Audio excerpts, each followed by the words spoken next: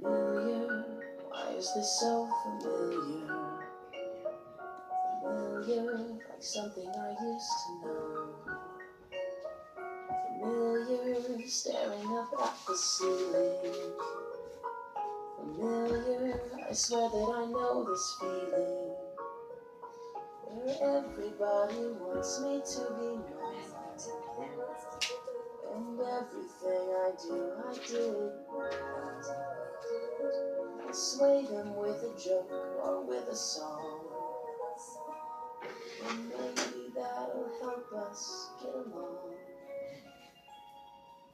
Familiar, why is it so familiar? Familiar, like something I used to do. Familiar, she used to throw a tantrum, insisted that I had dime or two. Recognize the song? I bet she drove them crazy all the time. They love her, but they're leaving her behind, with more important places they should be. Then Hang out with someone just like me. Familiar, that's why it's so familiar. Familiar, like someone I used to be. Familiar, but this time I've had some practice. And that is what I want to hear what say. Oh, I'll get them all together in one place.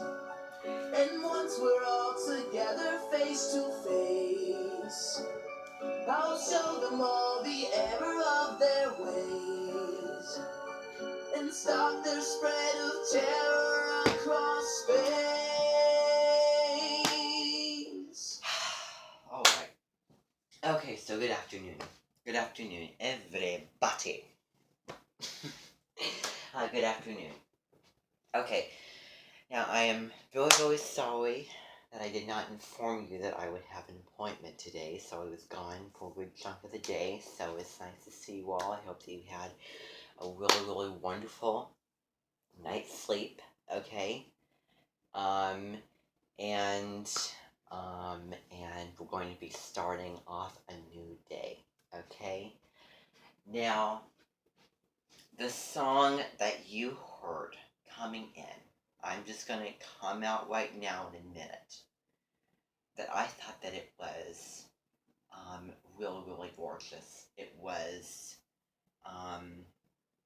probably the closest thing to, what I was trying to look for when it comes to your songs. And what I heard in that recording is what I want to hear when you make the tracks with me, because we're going to be doing a lot of songs along those lines. And I want you to really, come out with that voice. Now, if you didn't hear Zach Callison's real, singing voice, that was it. And I do have to admit, besides all the charm, besides all the interest and attraction, which is none yet, there is a lot of potential. There is a lot of expression and strength and beauty in a type of voice like that.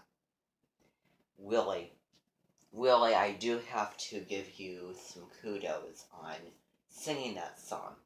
So, what I heard is what I want to continue hearing from you when you were singing with me, and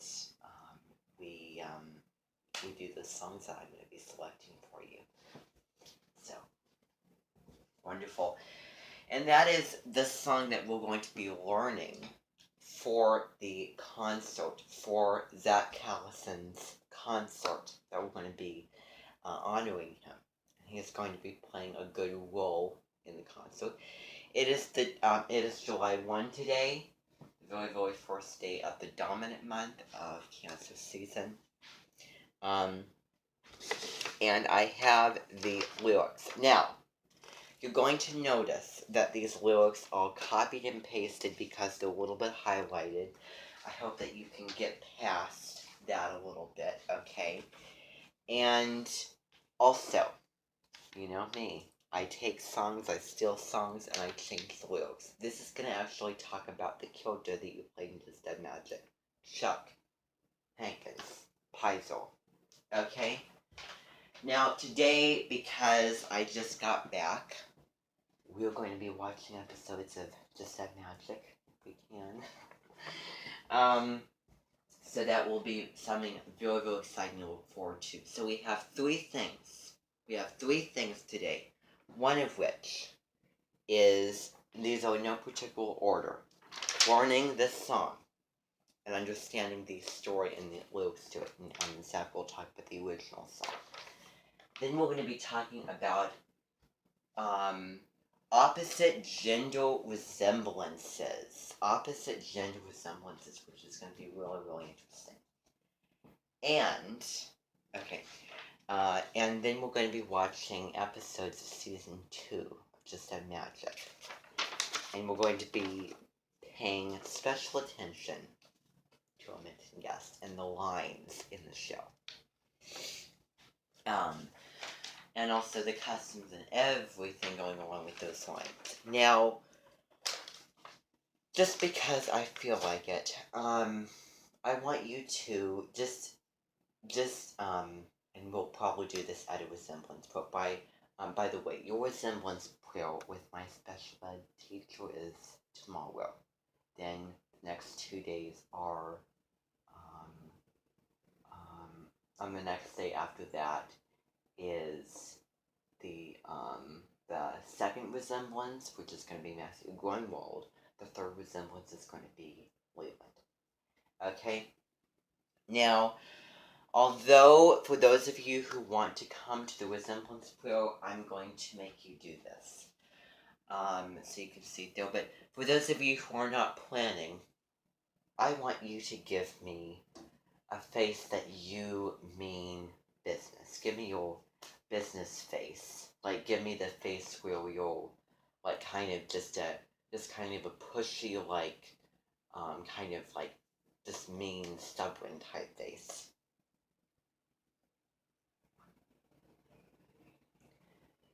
Okay, you gave me exactly what I was looking for. You know, it's the type of facial expressions. Facial expressions is also something highly important. It's not only the clear and interest in everything else, resemblances, but it's also, you know, it's all the resemblance, face picture, all of those things. But it also comes back to just that face. Having the same, you know, lips or whatever it may be, facial expressions, and to my recollection, I can definitely see the resemblance, and charming, yet angering at the same time, in that in a situation along those lines. So I wasn't completely, you know, mad at you the other day when I had that talk. I'd never been mad at you before, because I really wasn't. I was just, you know, knowing what was best for you and making you do the right thing, because I care. You know, I gave you that whole talk. And I'm gonna sound crazy, I'm gonna sound really, really strange, but even having a serious conversation, I was, you know, trying to address you, and what you were telling me and the facial expressions, it was charming. It was. You know, this Edmonton guest is a cross between an Edmonton guest person and one of them down in the Black Room. Okay? And you all know what I have stored down there. You should. Oh, no. You don't. You don't. You don't. It is top secret. So anyway. Well, then actually you do, but I know that you will not going around trying to ruin what I do. All that I have, my desires, my energy, my time, and effort, and everything. It's that kind of belovedness. The belovedness that I feel toward the adolescents down there, and the belovedness for the Minton guest and Minton person. It is an in-between belovedness. And that is really where we're at. Now I'm going to be talking about a term that you have never heard of, that I have came up with, and I'll put it on my website. I don't suppose that you have ever heard of the term opposite gender resemblance. Opposite gender resemblance. So, obviously, someone resembles someone in the same gender. And the opposite gender resemblance is, the most hard to, you need to know a lot of things. You need to, the person. So the opposite gender, so say that Zach is a male, okay? But opposite that is female. And I can point out a few resemblances, and two of which we have had at the Minton before. In talking about feminine resemblances.